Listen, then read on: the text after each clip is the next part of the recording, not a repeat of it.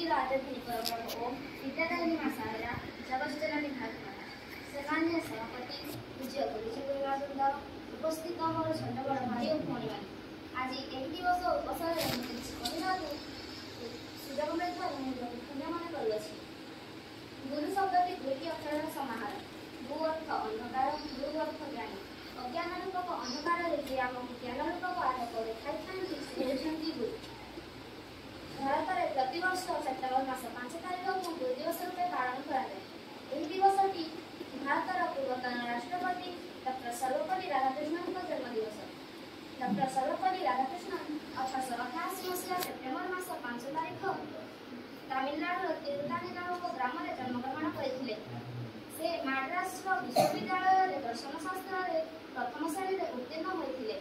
ସେ 1909 ମସିହାରେ ମାଡ୍ରାସର ପ୍ରେସିଡେନ୍ସି କଲେଜରେ ଅଧ୍ୟାପକ ଥିଲେ। ସେ ଜଣେ ମହାନ ଆଦର୍ଶ ଗୁରୁ ଥିଲେ। ସେଥିପାଇଁ ସେ ଗୁରୁମାନଙ୍କ ସମ୍ମାନ ପାଇଁ ତାଙ୍କର ଜନ୍ମଦିବସକୁ ଗୁରୁ ଦିବସ ରୂପେ ପାଳନ କରିବା ପାଇଁ ପରାମର୍ଶ ଦେଇଥିଲେ। ଗୁରୁ ହିଁ ସାକ୍ଷାତ ଈଶ୍ୱର, ଏହା ହିଁ କହିଥିଲେ। ଏତିକି କହି ମୋର ବକ୍ତବ୍ୟ ଶେଷ କରୁଛି। ଜୟ ହିନ୍ଦ।